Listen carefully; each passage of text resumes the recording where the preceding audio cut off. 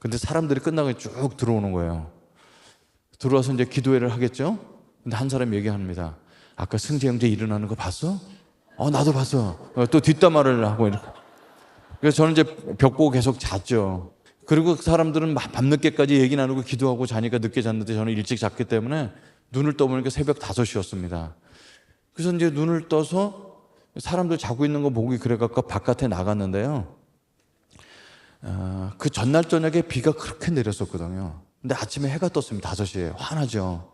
그래서 나가봤더니 이렇게 땅바닥이 그 세상이 다 젖어 있죠, 비에. 근데 아스팔트가 쭉 깔려있는 그 전주대학교 캠퍼스에 아스팔트 위에 물이 젖어 있는데 세상에 그렇게 아름다운 아스팔트는 처음 봤습니다.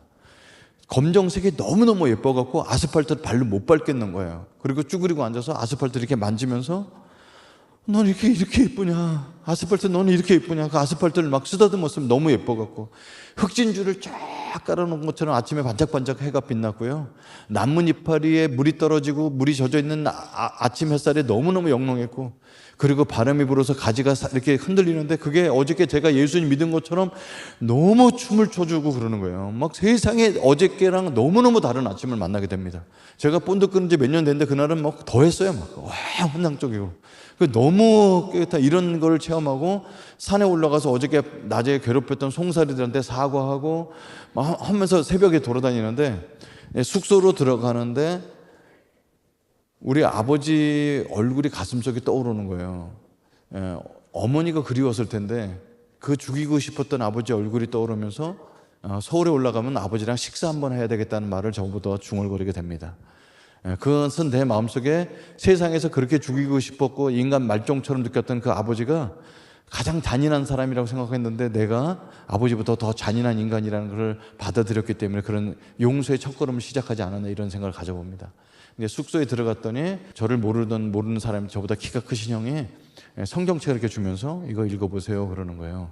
교회 안 다니시죠? 성경책 없으시죠? 그럼 신약 성경을 저한테 주면서 읽어보라고 선물로 준다고. 근데 요한복음부터 읽어보세요 이러는 거죠.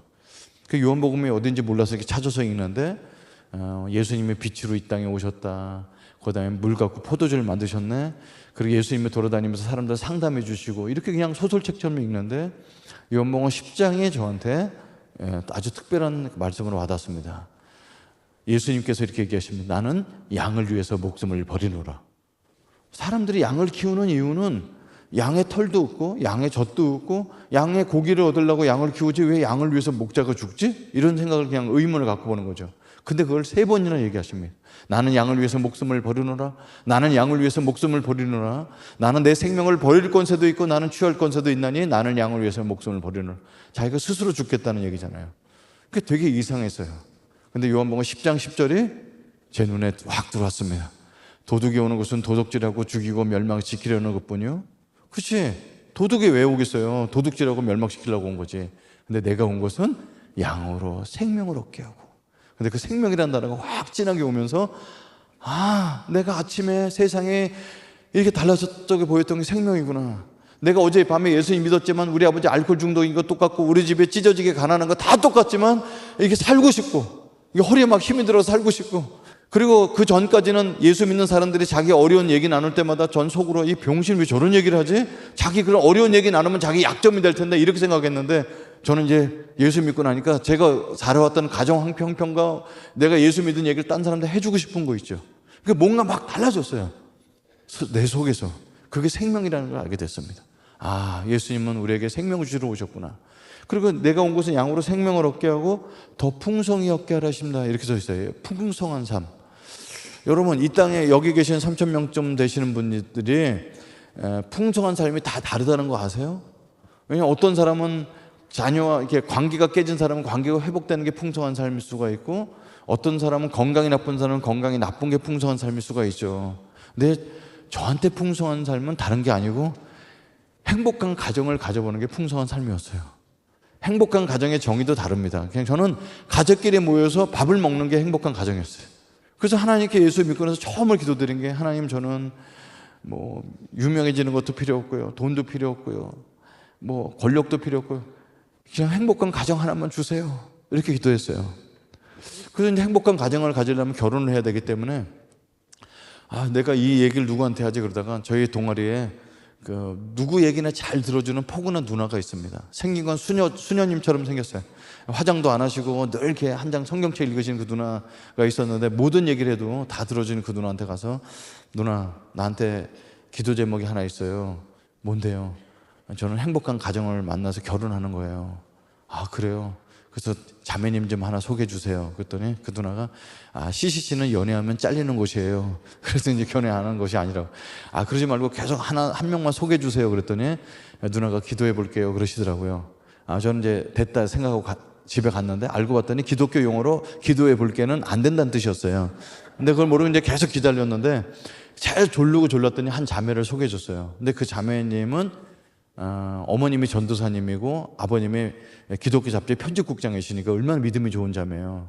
그래서 둘이 만나서 소개받은 대로 데이트를 한 번, 두 번 하다가 그 자매도 저를 사랑하고 저도 그 자매를 사랑하게 됐습니다. 저도 첫사랑, 그 자매도 첫사랑. 얼마나 뜨겁게 사랑했겠어요. 근데 그 자매는 저보다 더 사랑하는 것이 뭐였냐면 미국에 유학에 가는 것이었어요. 그래서 정말 공부를 열심히 하더니 어느 날 저보고 승재 형제, 나 미국의 2대학에 합격했는데 가게 됐어. 나 기다려줄 수 있지? 그러는 거예요. 그래서 그럼 기다려야지. 얼마나 공부할 건데? 그랬더니 짧으면 7년, 길면 10년 공부한대요. 그래서 이런 건 기다리는 게 아니죠. 그래서 이제 덕수궁에서 손잡고 두 바퀴 돌고 156번 버스대에서 보냈던 기억이 납니다. 학교 갔더니 제가 이렇게 처져 있었더니 그 누나가 사내 자식이 뭐 그거 이렇게 여자친구 미국 갔다고 이렇게 처져 있냐고. 그럴 줄 알고 한 명 더 준비했어. 그래갖고 한 명 더. 근데 그 자매는 집이 너무 부자예요. 그래서 이게 뭐가 안 맞아요. 그래서 이제 그 자매가 이제 CCC를 나가면서 헤어지게 됐고요.